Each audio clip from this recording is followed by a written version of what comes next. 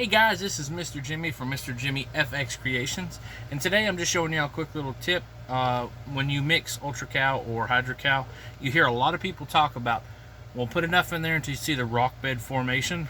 So pretty much what I want to do today, guys, is just show y'all what that looks like, so when you are making your own molds later on in your mixing, you can understand a little bit easier than just hearing it. You'll actually be able to see it.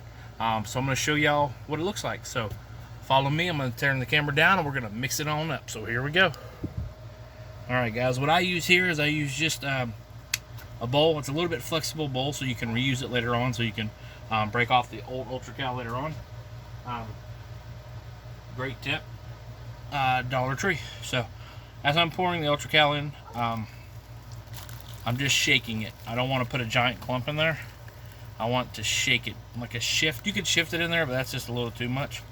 But I'm going to shake it so I'm getting little amounts into the water, easier, so you don't have a giant puff ball. So just go in circles.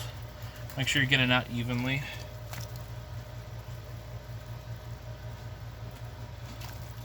I think I got about 1.5 liters of water in here, but it doesn't matter how much you use.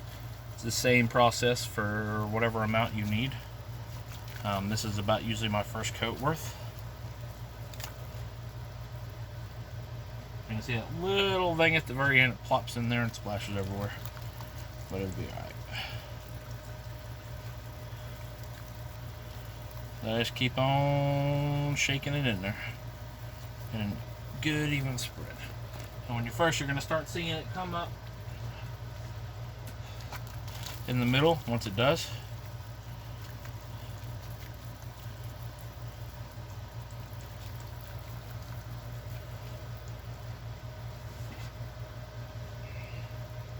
now I am using ultracal. That is my preference.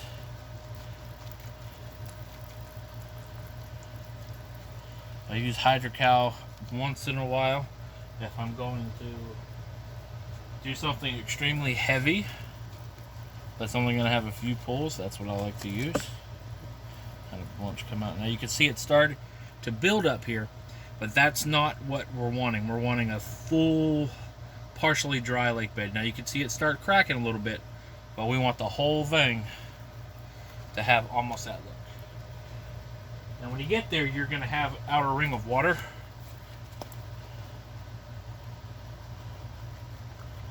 But even though you start seeing come up in some areas, that water's going to take over.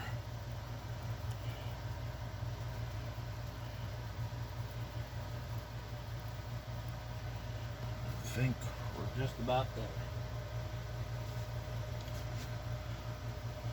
Do just a little bit more.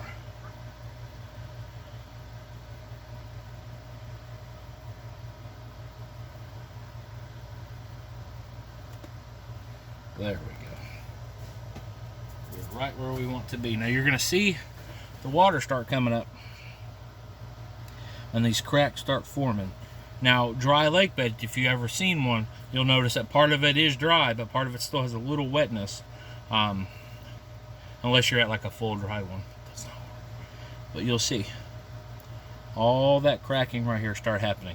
And that is what your dry lake bed's going to look like. That's what everybody's referring to when they talk about it. So what I'm going to do is now, for the next process of what I'm doing, I'm going to let it sit for 2 minutes. That gives that time for that water to soak up into those dry spots, and that makes it easier for mixing later on. Now what I like to do is once I get to that point, I'm going to mix it with my hands, which later on we'll show you all in another video, a full process of molding. But that's just a quick tip for Mr. Jimmy, because I hear a lot of people talk about it, but you never see anybody show you.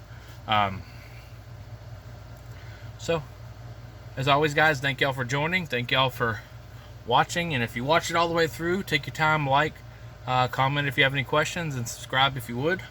We're going to try to start putting out a whole lot more videos. Full videos, short videos, tips, how-tos. We're going to make some cool stuff. So, as always, guys, thank y'all, and stay creepy.